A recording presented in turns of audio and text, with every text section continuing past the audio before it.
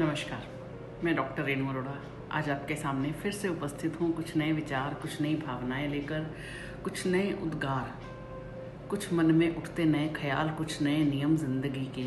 त्यौहार जा चुके हैं, किस तरह के नए नियम हम अपनी ज़िंदगी में फॉलो करके हम अपनी ज़िंदगी को खुशमय बना सकते हैं, साथ ही दूसरे की ज़िंदगी को भी खुशमय बना सकते हैं। जीवन में नियमों की कमी नहीं है और हम समय के साथ रोज़ आगे भी बढ़ते जा रहे हैं। कौन से नियम हैं जो हमें आगे बढ़ने में मदद करेंगे?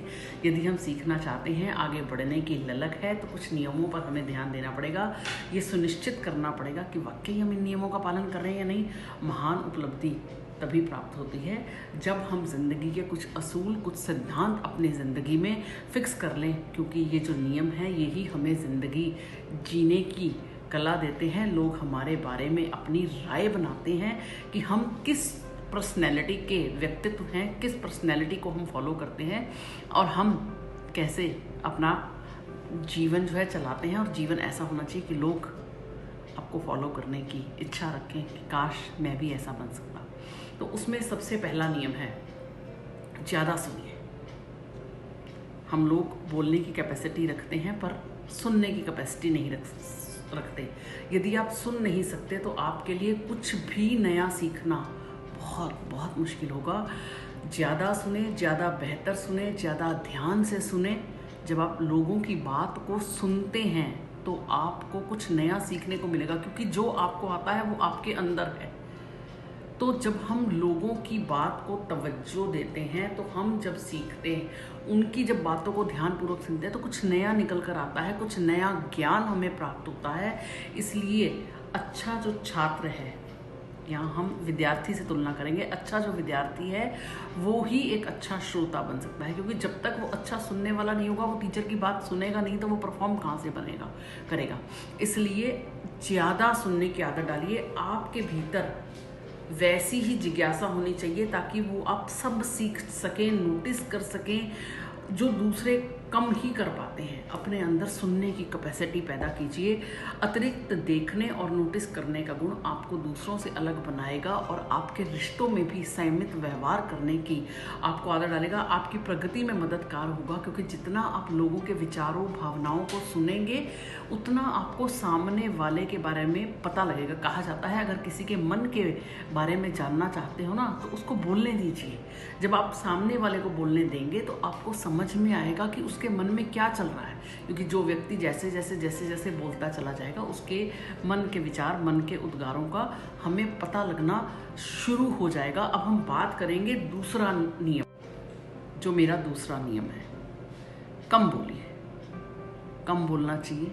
आपकी मेहनत और आपके काम को लोगों को जवाब देने दीजिए, क्योंकि कई बार क्या होता है कि हम लोग जब बहुत ज़्यादा बोलते हैं और हमारा जो काम है, जो मेहनत है, वो नहीं बोलती, तो हमें कई बार मायूसी का सामना करना पड़ता है। तो कम बोलिए।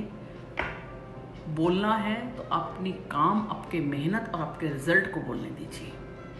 दुनिया हैरान हो जाएगी कि ये व्यक्ति या ये लेडी, ये तो कभी बोलती ही नहीं थी, कभी इसने अपने किए हुए काम के बारे में किसी को कोई प्रशंसा नहीं करी, और जब आपका काम आकर बोलता है तो लोग हैरानित हो जाते हैं कि इसने बिना किसी को बताए, बिना किसी को बोले, चुपचाप अपनी ऐसी मेहनत कर दी कि सफलता की सीढ़ियाँ चढ़कर दुनिया को ये पता लगा कि वाकई ही ये कोई काम कर रहे थे। महान लोग आप जिनके भी देखेंगे, उनके अपवाद देखना, वो कभी बहुत ज़्यादा नहीं बोलते। ज़रूरत पड़ने पे बोलो, पर उतना बोलो जितना ज़रूरी है। तीसरा और बड़ा ज़रूरी नियम, अगर आप किसी कार्य की शुरुआत कर रहे हैं और किसी कार्य में सफलता पाना चाहते हैं, तो उसका बहुत ज़्यादा ढिंढोरा ना पीटिए, क्योंकि कल को जब आपको सफलता नहीं मिलेगी तो लोग आप ही के ऊपर उंगलियां उठाएंगे कि देखो, ये तो बहुत पहले से कह रही थी मैं ये काम कर रहा हूँ, मैं ये काम कर रही हूँ, और उसके बाद जब सफलता नहीं मिलती तो हमें भी मायूसी होती है और लोगों को बोलने का मौका भी मिल जाता है। तो इसलिए जब तक आप किसी काम के नियर बाय ना पहुंच जाएं, सफलता के नियर बाय ना पहुंच जाएं, तब तक कमेंटिंग ना करें। चौथा और बड़ा ज़रूरी नियम, अवलोकन करें, कुछ नया सीखें। जितने करीब से आप चीज़ों को समझने और देखने की कोशिश करेंगे उतनी ही बेहतर जो है हमारी समझ बनेगी। जितनी बेहतर समझ होगी उतना बेहतर निर्णय ले पाएंगे। इसलिए जिन्हें हम मानते हैं, जिनका हम आदर करते हैं, उनका ध्यान से अवलोकन करिए। हमारी ज़िंदगी के आइडल कौन है, वो अपनी ज़िंदगी में कहाँ पर, कैसे और किस पोजीशन में पहुँचे, और उनके हुनर को हम अपनी ज़िंदगी में इस्तेमाल करके उन्हें कैसे बेहतर बना सकते हैं। क्योंकि अगर हमने किसी को गुरु बना लिया, उसको बोला या नहीं बोला, पर उसकी ज़िंदगी से हम बहुत कुछ सीख रहे हैं, तो उसकी ज़िंदगी का बारीकी से अध्ययन करना बड़ा ज़रूरी है। इसलिए अवलोकन ज़िंदगी में बहुत बहुत ज़रूरी है। और हमें ये नहीं भूलना, केवल हमें नियम बनाने नहीं हैं, जब तक हम उन पे अमल नहीं करेंगे हम ज़िंदगी में सफलता को नहीं पा पाएंगे।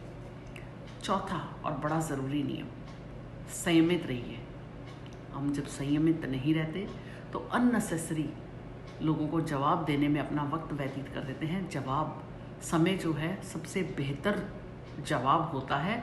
किसी भी निष्कर्ष पर तुरंत मत पहुंचिए, टाइम लीजिए।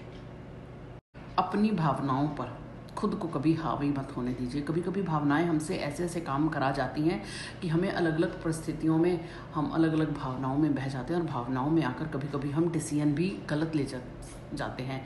तो हमें अनुशासन नाम की शक्ति को अपने साथ रखना होगा, नियंत्रण में अपने आप को, अपने मन को और भावनाओं को रखना होगा। ये संयमित रहने का एक तरीका है। भावनाओं में बहकर कभी गलत डिसीजन मत लीजिएगा। इन्हीं शब्दों के साथ मैं अपनी वाणी को विराम दूंगी। मैंने 4 नियम आज आपको दिए। कम बोलिए, ज़्यादा सुनिए, संयमित रहिए, अवलोकन करिए, कुछ नया सीखिए, जल्दी जवाब देने से बचिए, और कुछ नया सीखने की अपने यहाँ पर हमेशा एक ताकत रखिए। इन्हीं शब्दों के साथ अपनी वाणी को विराम दूंगी। और अगर आपको मेरी वीडियो पसंद आए तो इसे अन्य लोगों के साथ शेयर करना ना भूलें। आपने बेल आइकन नहीं दबाया तो उसे दबा लीजिए। मुझे यूट्यूब, इंस्टाग्राम, फेसबुक इन सभी सोशल मीडियाज़ पर आप फॉलो कर सकते हैं। और अगर कुछ अच्छा पढ़ना चाहते हैं तो मेरे ब्लॉग drrenuarora.in पर जाकर मुझे पढ़ सकते हैं। धन्यवाद।